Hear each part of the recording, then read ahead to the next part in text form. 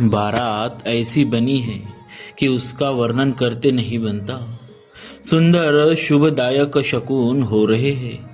नीलकंठ पक्षी बाई और चारा ले रहा है, मानो संपूर्ण मंगलों की सूचना दे रहा हो।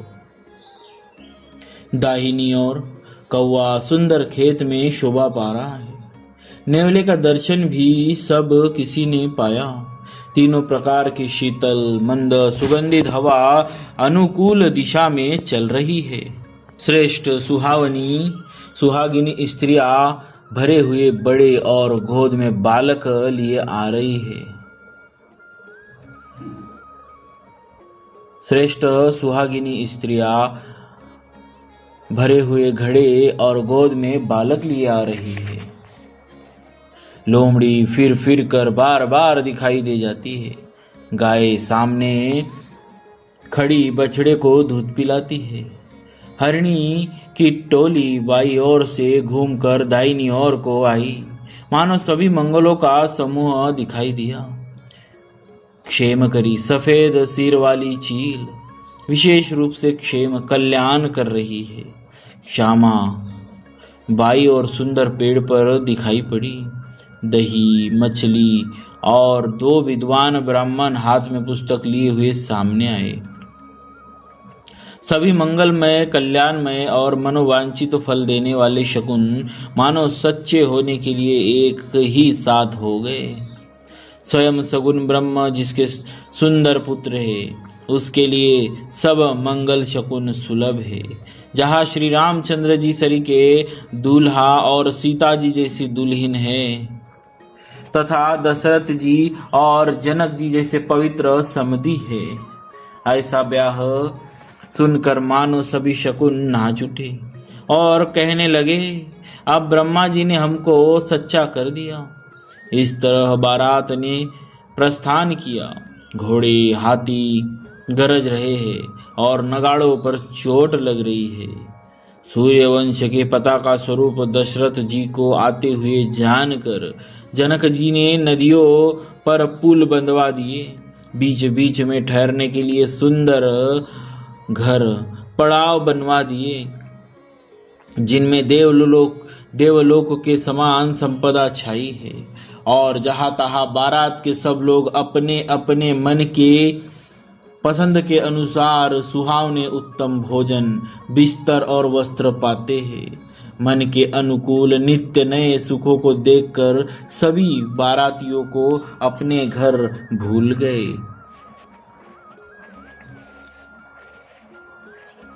बड़े जोर से बजते हुए नगाड़ों की आवाज सुनकर, श्रेष्ठ बारात को आती हुई जानकर अगवानी करने वाले हाथी रथ पैदल और घोड़े सजाकर बारात लेने चले। दूध शरबत ठंडाई जल आदि से भरकर सोने के कलश तथा जिनका वर्णन नहीं हो सकता, ऐसे अमृत के समान भांति भांति के सब पकवानों से भरे हुए परात थाल आदि अनेक प्रकार के सुंदर बर्तन, उत्तम फल तथा और भी अनेकों सुंदर वस्तुएं राजा ने हर्षित होकर भेंट के लिए भेजी। गहने कपड़े नाना प्रकार की मूल्यवान मणियां रत्न पक्षी पशु घोड़े हाथी और बहुत तरह की सवारियां तथा बहुत प्रकार के सुगंधित एवं सुहावने मंगल द्रव्य और सगुन के पदार्थ राजा ने भेजे। दही चिवड़ा और अगणित उपहार की चीजें कावरों में भर भर कर कहार चले। अगवानी करने वाले को जब बारात दिखाई दी, तब उनके हृदय में आनंद छा गया और शरीर में रोमांच भर गया। अगवान को सज धज के साथ देखकर बारातियों ने प्रसन्न होकर नगाड़े बजाए। बाराती तथा अगवानों में से कुछ लोग परस्पर मिलने के लिए हर्ष के मारे बाग छोड़कर सरपट दौड़ चले और ऐसे मिले मानो आनंद के दो समुद्र मर्यादा छोड़कर मिलते हो। देव सुंदरिया फूल बरसाकर गीत गा रही है और देवता आनंदित होकर नगाड़े बजा रहे हैं। अगवानी में आए हुए उन लोगों ने सब चीजें दशरथ जी के आगे रख दी और अत्यंत प्रेम से विनती की। राजा दशरथ जी ने प्रेम सहित सब वस्तुएं ले ली। फिर उनकी बख्शिशें होने लगी और वे याचकों को दे दी गई। तदनंतर पूजा, आदर, सत्कार और बड़ाई करके अगवान लोग उनको जनवासे की ओर लिवा ले चले।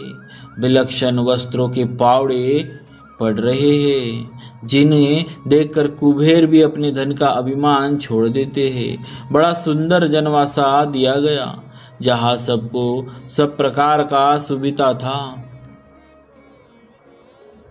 सीता जी ने बारात जनकपुर में आई जानकर अपनी कुछ महिमा प्रकट करके दिखलाई। हृदय में स्मरण कर सब सिद्धियों को बुलाया और उन्हें राजा दशरथ जी की मेहमानी करने के लिए भेजा। सीता जी की आज्ञा सुनकर सब सिद्धियां जहाँ जनवासा था वहाँ सारी संपदा, सुख और इंद्रपुरी के भोग विलास को लिए हुए गई। बारातियों ने अपने अपने ठहरने के स्थान देखे तो वहाँ देवताओं के सब सुखों को सब प्रकार से सुलभ पाया। इस ऐश्वर्य का कुछ भी भेद कोई जान न सका।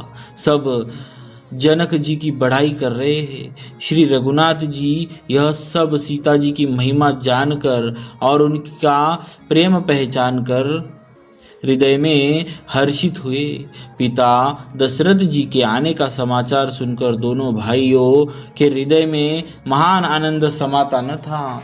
संकोचवश वे गुरु विश्वामित्र जी से कह नहीं सकते थे, परंतु मन में पिताजी के दर्शनों की लालसा थी।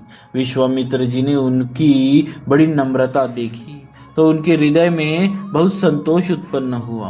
प्रसन्न होकर उन्होंने दोनों भाइयों को हृदय से लगा लिया। उनका शरीर पुलकित हो गया और नेत्रों में प्रेमाश्रुओं का जल भर आया। वे उस जनवासे को चले जहाँ दशरथ जी थे, मानो सरोवर प्यासे की ओर लक्ष्य करके चला हो।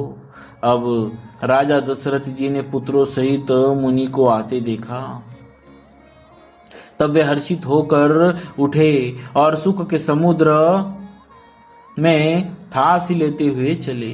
पृथ्वीपति दशरथ जी ने मुनि की चरण धूलि को बराबर बारंबार सिर पर चढ़ाकर उनको दंडवत प्रणाम किया। विश्वामित्र जी ने राजा को उठाकर हृदय से लगा लिया और आशीर्वाद देकर कुशल पूछी। फिर दोनों भाइयों को दंडवत प्रणाम करते देखकर राजा के हृदय में सुख समाया नहीं। पुत्रों को उठाकर हृदय से लगाकर उन्होंने अपने वियोग जनित दुसह दुख को मिटाया, मानो मृतक शरीर को प्राण मिल गए हो। फिर उन्होंने वशिष्ठ जी के चरणों में सिर नवाया। मुनि श्रेष्ठ ने प्रेम के आनंद में उन्हें हृदय से लगा लिया। दोनों भाइयों ने सब ब्राह्मणों की वंदना की और मन भाए आशीर्वाद पाए। भरत जी ने छोटे भाई शत्रुघ्न सहित श्री रामचंद्र जी को प्रणाम किया। श्री रामचंद्र जी ने उन्हें उठाकर हृदय से लगा लिया। लक्ष्मण जी दोनों भाइयों को हर्षित देखकर हर्षित हुए और प्रेम से परिपूर्ण हुए शरीर से उनसे मिले।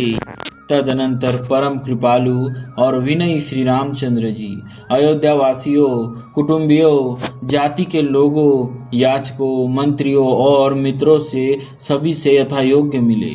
श्री रामचंद्र जी को देखकर बारात शीतल हुई। राम के वियोग में सब के हृदय में जो आग जल रही थी वह शांत हो गई। प्रीति की रीति का बखान नहीं हो सकता। राजा के पास चारों पुत्र ऐसी शोभा पा रहे हैं मानो अर्थ, धर्म, काम और मोक्ष शरीर धारण किए हुए हो। बोलिए श्री सीताराम जी महाराज।